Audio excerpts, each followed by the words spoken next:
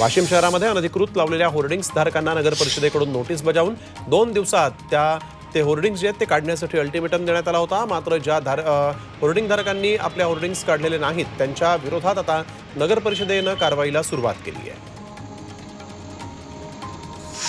उल्हासनगरमध्ये अनधिकृत होर्डिंगवर कारवाई करायला सुरुवात झाली आहे। कल्याण बदलापूर रस्त्यावरील अनधिकृत होर्डिंग काढायला सुरुवात झाली। घाटकोपर होर्डिंग दुर्घटनेनंतर महापालिका ॲक्शन मोडमध्ये आली आहे। महाराष्ट्र बोर्डाचा 12वीच्या परीक्षेचा निकाल जाहीर झालेला आहे। यंदाही निकालामध्ये मुलींनीच बाजी मारली। यंदा 12वीचा निकाल 93.37% इतका लागलेला आहे। यंदाही निकालामध्ये कोकण विभागानं बाजी मारली तर मुंबई विभागाचा निकाल हा सगळ्यात कमी लागला आहे। यंदाही 12वीच्या निकालामध्ये मुलींनी बाजी मारल्याचं दिसत आहे।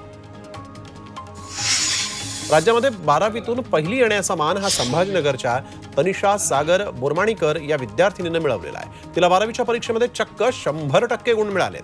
वाणिज्य शाखेमध्ये अमृत नोनी गॅस्ट्रिन, अपचन, ऍसिडिटी, गॅस्ट्रबल ह्यापैकी तुम्हाला कुठलाही गॅस्ट्रिक प्रॉब्लेम झाला, उपाय एकच, अमृत नोनी गॅस्ट्रिन।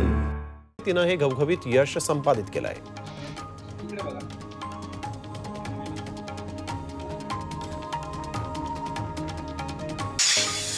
रायगडच्या महाड तालुक्यातील दरडग्रस्त तळीये गावातील पुनर्वसनाचं काम अजूनही पूर्ण झालेलं नाही। 3 वर्षात 271 कुटुंबांपैकी फक्त 66 कुटुंबांचं पुनर्वसन झालं।